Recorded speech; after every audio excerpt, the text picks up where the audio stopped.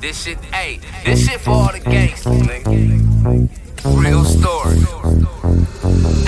Jugging out the double doors, cuz in the 6'4". Choppers hitting switches on these niggas back in 94. Basketball practice, and after that I'm back to selling dope. When the cops hit the ab, I done made a rack off of my pager though. When the WAP hit my box, I'ma hit them back, I'm on the payphone. My shoebox getting full, I need to go buy me a safe for real. It's treacherous outside, not supposed to have it, but I paid for it. A brand new out the box, Tootie on me while I'm trapping. And I hope it's time for that Culture for the Streets, hosted by Mafia and Paint.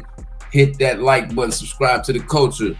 Ain't no news like street news. Whether you're here for the streets or the news, you already know what to do. We got to get into it, man. It's looking like Big U ain't gonna have his best days in jail, and it don't look like he gonna have freedom anytime soon. These charges is stacked up.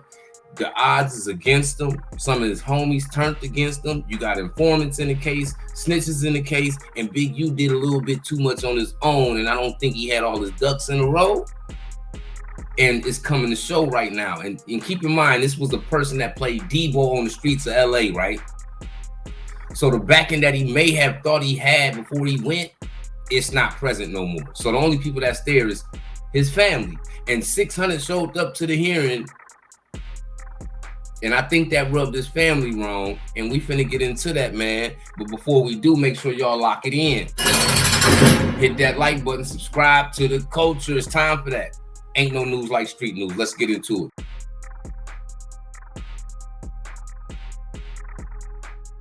So, now let's get into what happened in the court.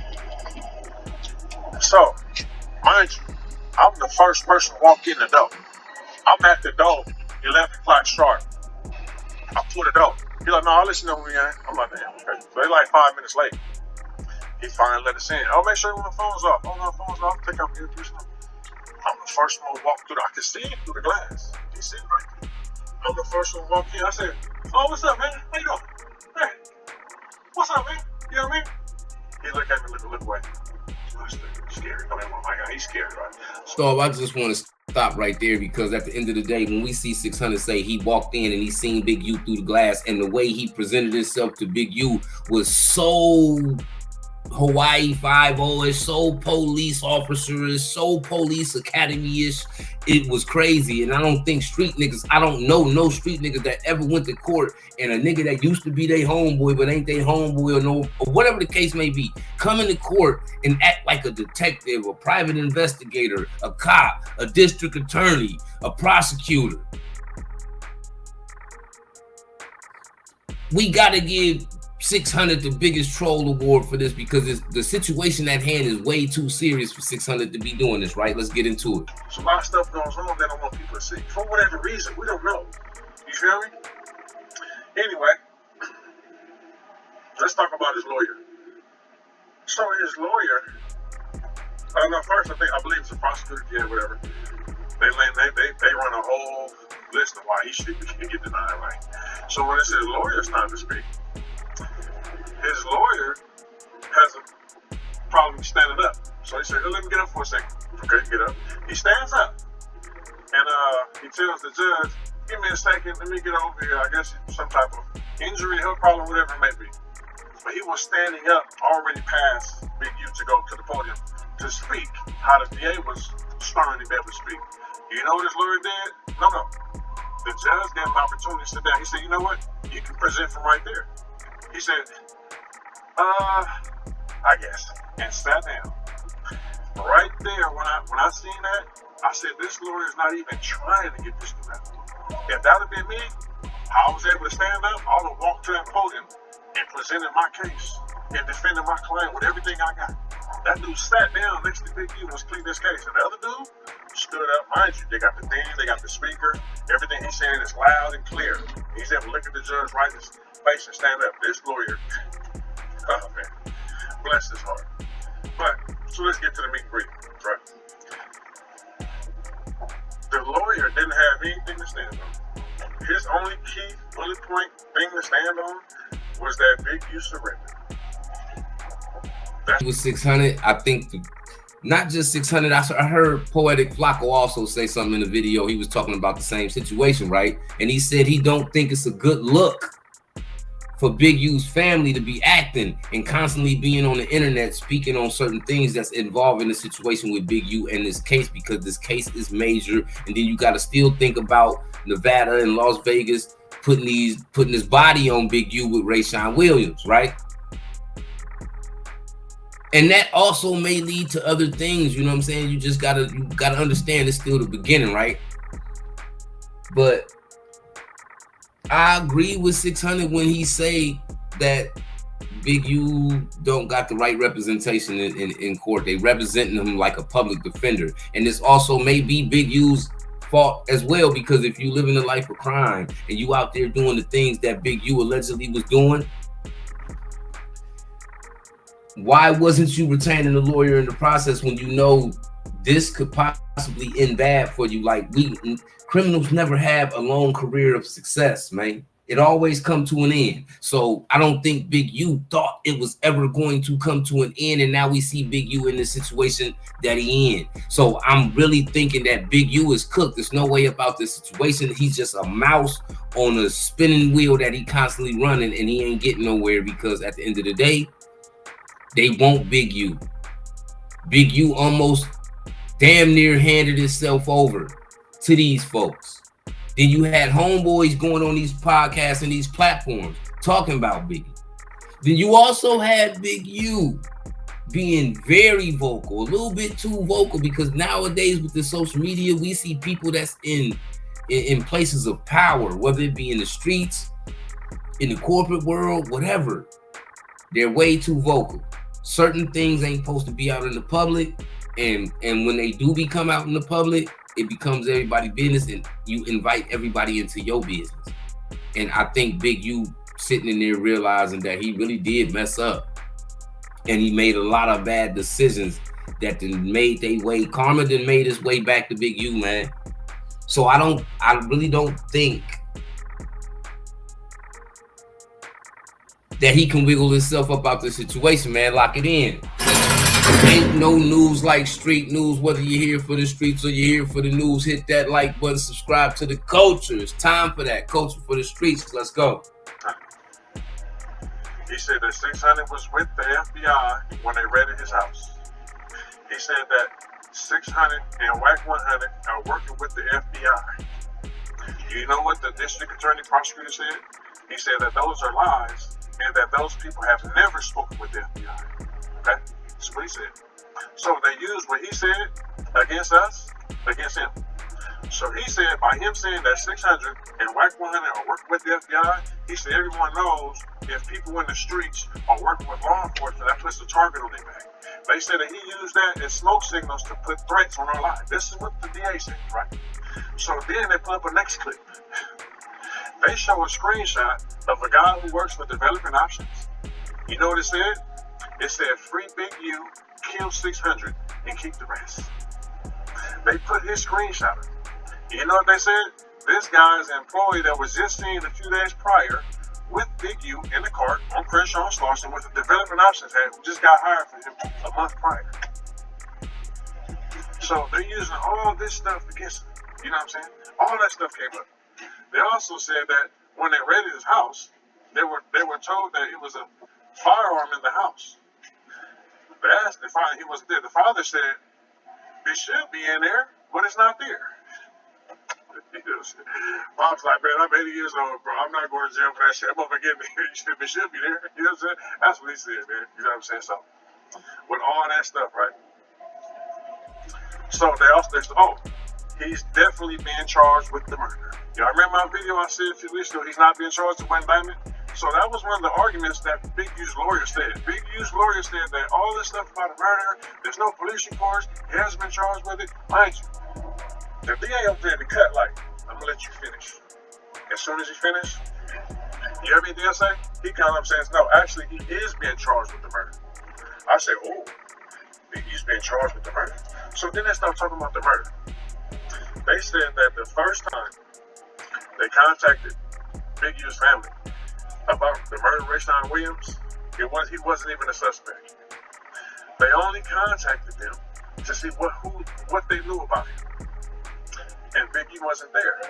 The wife was there. They said the wife called from the mother's phone, called Big U, and said, hey, they came asking about Rashawn. They got all that. He wasn't even a suspect. They said that made him a suspect right there. So then they got the guys telling on him, 50 witnesses telling on him. They got suspects that are going to come and testify in court. The dude is cooked. Denied bail.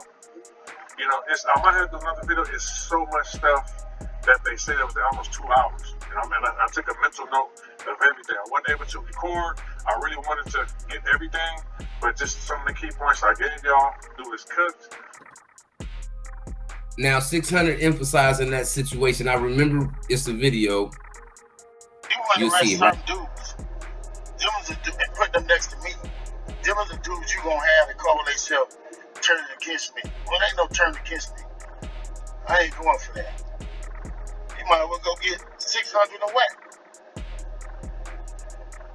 These dudes been saying I did shit all year. So what they doing is they go on the internet and these dudes say that I did shit on the internet. Then when you say I did on the internet, they go investigate it.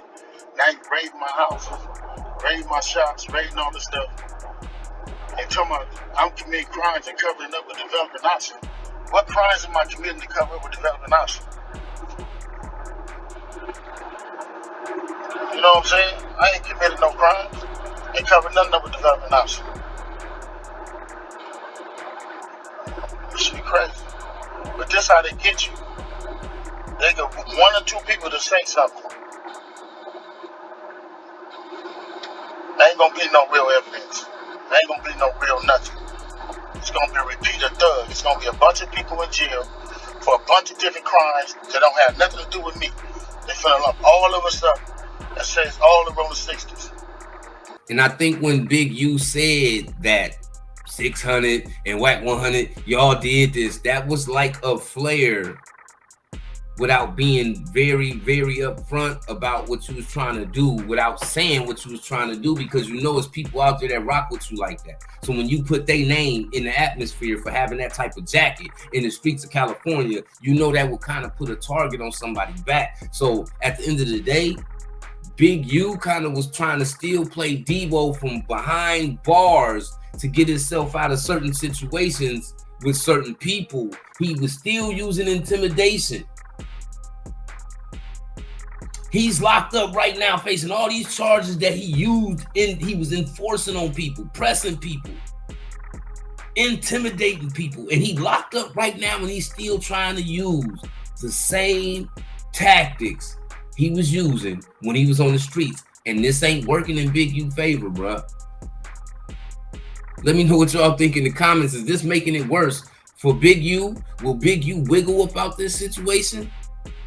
Or was Big U one of the biggest gang members that we saw make some of the most dumbest decisions we ever saw, having the rank that Big U got in his section? You see what I'm saying? Like, why do we see so many people with this type of power make the most foolish decisions in the book? And I'm pretty sure Big U played chess.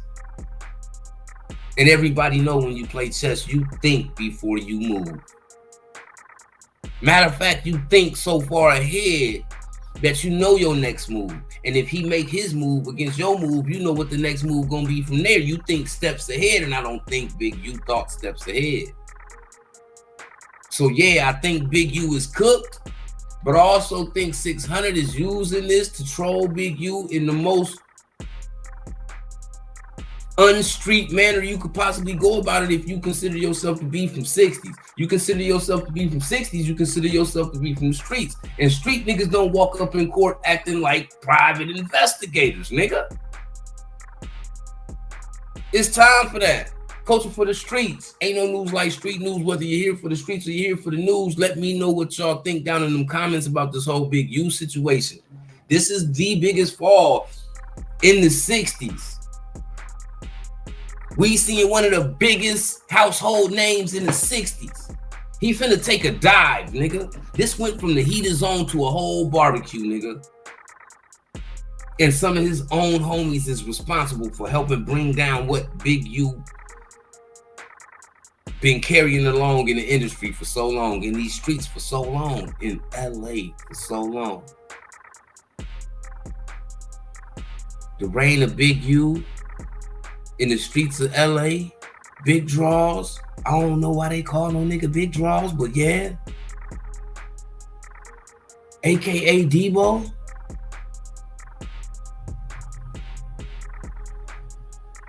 It's a wrap for Big U.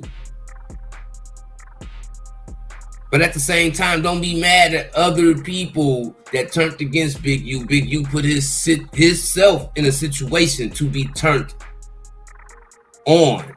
Because when you a bad leader, and you a leader that will go against your own and do things to your own for your own benefit, don't expect loyalty in the end, nigga. And that's what we seeing right now. Big U did a lot of things to a lot of people he was close to too. And now that he locked up, them same people like, fuck him. Is they wrong? Let me know in the comments, man. I'm out. It's time for that. Culture for the streets. Lock it in.